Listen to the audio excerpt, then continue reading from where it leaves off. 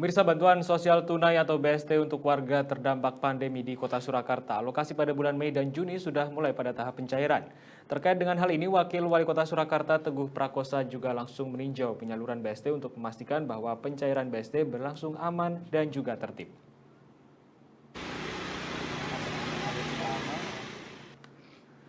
Secara keseluruhan tercatat ada 63.000 keluarga di Kota Surakarta yang mendapatkan BST. Bantuan sebesar Rp300.000 per bulan ini disalurkan kepada masyarakat melalui masing-masing kelurahan.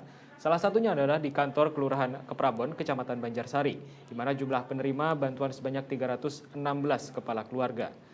Para warga pun menyambut baik adanya BST pada masa PPKM ini, dan mereka yang mendapatkan bantuan adalah kalangan yang terdampak pandemi COVID-19. Untuk proses pencairan sendiri dibagi menjadi beberapa sesi waktu untuk menghindari terjadinya kerumunan. Selain itu, syarat wajib pengambilan BST juga dengan menjalankan protokol kesehatan secara ketat. Pencairan BST ini berlangsung serentak pemirsa dan ditargetkan akan selesai pada 29 Juli.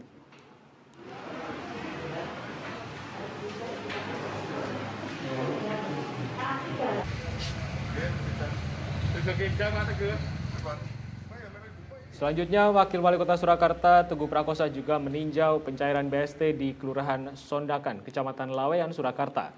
Di sini ada sebanyak lebih dari 1.400 keluarga di kelurahan yang menerima BST ini. Setiap hari pihak kelurahan juga menjadwalkan bahwa pencairan BST sebanyak 350 keluarga. Teguh Prakosa juga sempat melakukan koordinasi dengan kelurahan guna memastikan pencairan BST sebesar Rp600.000 ini berjalan dengan baik dan prosesnya tetap melaksanakan protokol kesehatan ketat.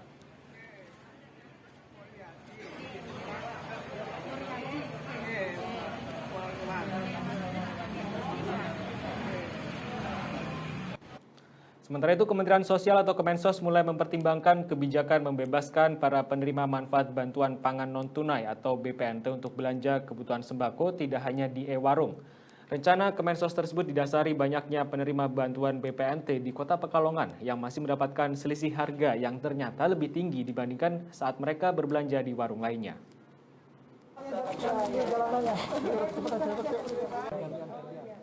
Menteri Sosial Tri Risma hari ini berencana akan membebaskan para penerima manfaat BPNT untuk bisa belanja kebutuhan sembako tidak hanya di satu tempat seperti e-warung. Rencana Mensos ini disampaikan saat melakukan kunjungan kerja ke Kota Pekalongan. Di sana Risma masih menemukan adanya harga sejumlah item sembako yang dijual pengelola e-warung dengan harga lebih tinggi dibandingkan harga pasar. Sehingga para penerima manfaat banyak dirugikan karena tidak mendapatkan harga yang seharusnya seperti telur sesuai harga pasar Rp21.000 sampai dengan Rp22.000 yang ternyata dijual dengan harga Rp24.000. Selain temuan selisih harga, penyaluran bantuan juga menyalahi aturan seperti dalam bentuk paket. Karena menurut Tri Risma hari ini seharusnya penerima manfaat bisa dibebaskan untuk memilih item belanja sesuai dengan kebutuhan, bukan menggunakan model paket sembako senilai Rp200.000. Terkait dengan banyaknya kekeliruan ini membuat Mensos akan mengubah kebijakan sebelumnya agar nantinya penerima manfaat tidak dirugikan atau mendapatkan harga yang tidak wajar. Di sini, termasuk di beberapa daerah yang saya kunjungi memang ada ketidaksesuaian antara yang harusnya diterima Rp200.000 dengan barang yang mereka dapat. Saya di sini dengan beberapa tim termasuk dari Mabes Polri. Jadi yang akan mendalami ini. Nah kemudian yang berikutnya nanti insya Allah ke depan kita nggak akan gunakan lagi seperti itu. Jadi penerima manfaat, dia yang terima bantuan bisa belanja di mana saja. Dan dia bisa memilih kebutuhan saya apa. Kemudian sejumlah pengusaha di Kota Surakarta yang tergabung dalam Persatuan Masyarakat Surakarta atau PMS memberikan bantuan 9.000 paket sembako kepada warga yang terdampak pandemi. Ada juga kelompok milenial sekaligus pengusaha di Yogyakarta yang memberikan bantuan paket berupa buah-buahan dan paket kesehatan kepada para relawan yang bertugas dalam menangani COVID-19. Bantuan 9.000 paket sembako tersebut akan disalurkan melalui pemerintah Kota Surakarta dan bantuan ini akan diberikan secara tersebar rata di 5 kecamatan yang ada di Kota Surakarta.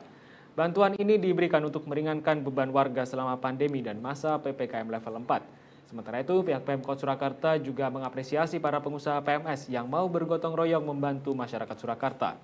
Nantinya, penyaluran bantuan ini akan disesuaikan dengan data pemberian bantuan sebelumnya yang telah dimiliki oleh Pemkot.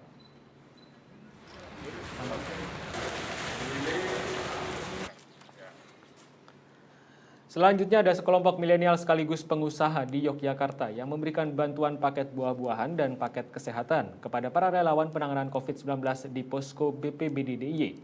Aksi peduli ini merupakan aksi untuk mengajak para pelaku usaha agar tetap memberikan dukungan bagi mereka para relawan dan petugas di lapangan. Selain paket buah-buahan, para milenial ini juga membagikan paket kesehatan seperti sabun, hand sanitizer, serta perlengkapan mandi. Posko relawan di BPBD DIY yang menjadi posko terpadu bagi relawan se-Yogyakarta ini terus berupaya menjadi support system penanganan COVID-19 mulai dari pemulasaraan jenazah hingga ke pemakaman. Dan hingga kini posko relawan BPBD DIY juga terus melakukan konsolidasi relawan mulai dari tingkat kabupaten, kecamatan hingga ke tingkat kampung.